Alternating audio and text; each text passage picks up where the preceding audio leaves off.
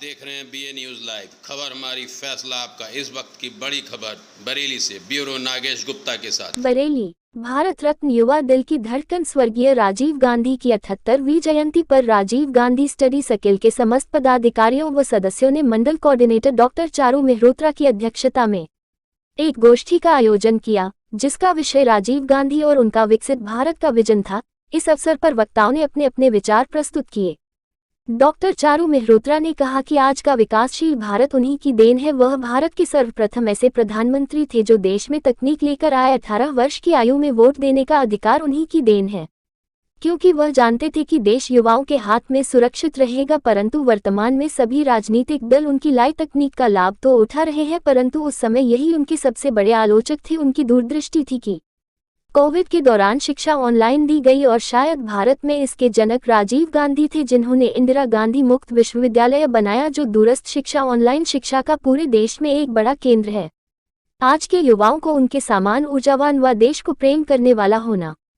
Professor Alauddin Khan, Uttar Pradesh coordinator, ने कहा कि भारतीय भारत रत्न श्री राजीव गांधी संचार क्रांति के जनक थे, जिन्होंने IT के द्वारा जो हमारे देश में काम किए वह संसार में लोगों के लिए प्रेरणा स्रोत है। साथ ही उन्होंने शिक्षा का अधिकार, पंचायत राज कानून भी हमारे देश को दिया, जिसके द्वारा ग्राम पंचायतों से लेकर नगर निगम होता तक एक छोटी संसद का रूप सामने आया, जिसमें वह अपने क्षेत्र के विकास के लिए खुद ही जिम्मेदार बन गए।